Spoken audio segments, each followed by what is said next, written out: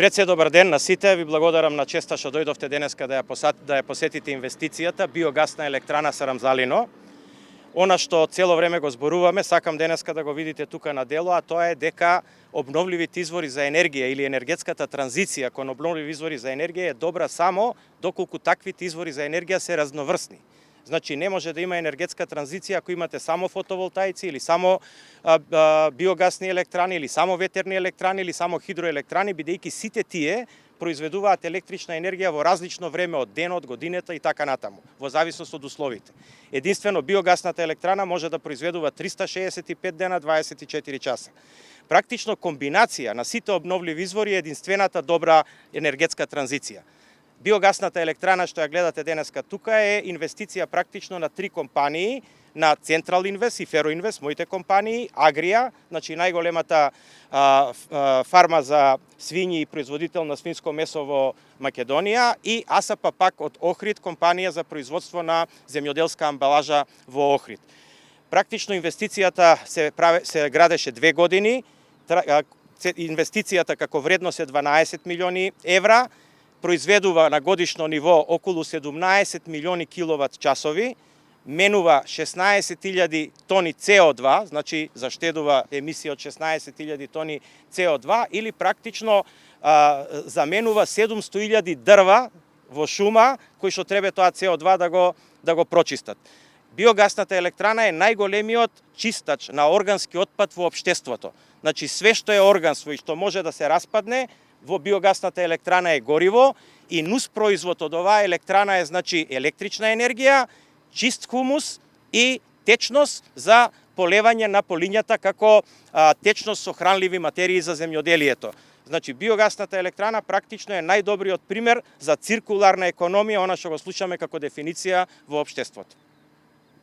Благодарам.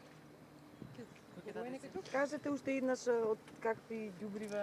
Значи биогасната електрана може да апсорбира отпад органски од сите типови, вклучително значи од житарици, силажа, понатаму значи отпад од свињарски фарми, краварски фарми, отпад од млекарска индустрија, сурутка после правење на млеко, расипано млеко, отпад од винари, комења, отпад од фирми кои што произведуваат преработка на градинарски производи, на пример ајвар кога правите, лушпите, семките од ајварот, понатаму, значи све што е отпад од органска материја, вклучително и комуналниот отпад, доколку тој може да се селектира во општините, тој би можел тука да се огори. Иначе, ако не постојат овакви биогасни електрани, целиот тој отпад завршува на некои депони или во некои реки и тој отпад и таму се случува истиот процес, значи само неконтролирано повторно се разградува до метан и тој метан оди во атмосферата и е најголем непријател на озонската обвивка на земјината топка. Каква профитабилност очекувате од оваа инвестиција?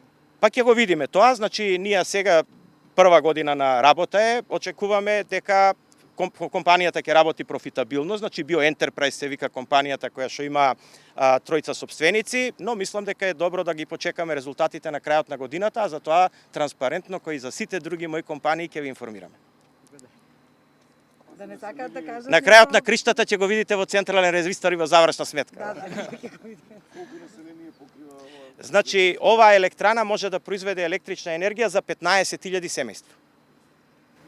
А да кажат нешто Да, јас затоа стојат тука. би додал уште една работа, значи Дигестатот Спасе Спасевски од АСП пак коинвеститор во BioEnterprise, значи органскиот отпад што го создават биогасната електрана на долг рок ќе го намали трошењето на минерални ѓубрива, пошто самото по себе е органско ѓубриво што ќе се користи за површините, а со тоа ние сме увозно зависна држава од минерални ѓубрива, така да имат двоен ефект.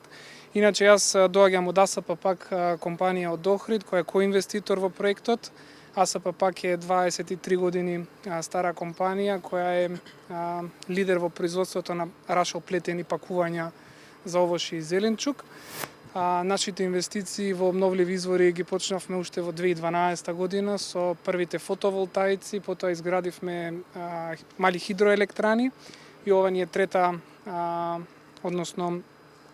извор на на обновлив извор во енергија каде инвестираме, а се тоа е со цел да бидиме да ја зголемиме нашата конкурентна способност во матичното производство и да ги следиме трендовите во замена на енергенсите, односно да поттикнеме производство на електрична енергија од обновливи извори.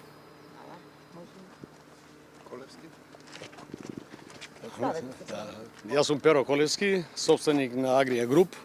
Иначе поставите многу добро прашање, кој беше мотивот за што Агрија влезе во оваа инвестиција.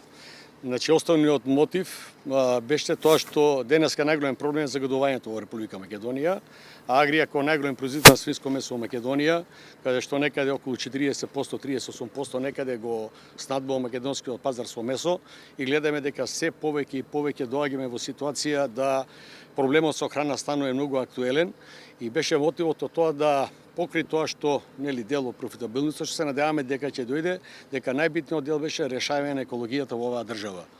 Ова го гледате делот на Источна Македонија, што мислам дека оваа електрана, професор Ангјушев заборави уште една работа, значи у планот е уште една електрана, тоа е ке другата фарма во Штип, бидејќи Агрија располага со две огромни фарми, тоа е едната во Градско, другата е во Таринци, каде што се надеваме дека во Источна Македонија барем, а може и во делот на Централна Македонија, ќе го решиме проблемот со екологија.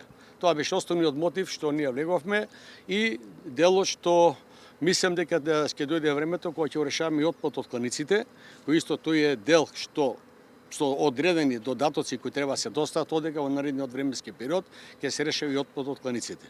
Тоа беше сега не влегува, али тоа е во план, треба се додава стерилизатори и тие работи, али тоа е у наредна фаза, у наредните година дена две се надевам дека ќе биде и со тоа ќе го решиме комплетно, барем на овој дел во Република Македонија ќе го решиме еколошкиот дел. Каде се носел претходно отпадот? Претходно отпадот се носи, го вадевме на нивите, го вадевме ние, се сушеше и го зимаа селаните, го расфрла по нивите. А сега тоа ќе биде организирано веќе да нема таков начин, значи едноставно да кажеме и да се има профит и едно подобро решение и збогатување на земјата со делот на ѓубрето кое ќе биде произведено тука. Благодарам. Колку струја, колку домаќинства да речеме? 15.000 домаќинства. Така? А не го слушам. Да, 15.000 домаќинства. Добра. Ви благодариме.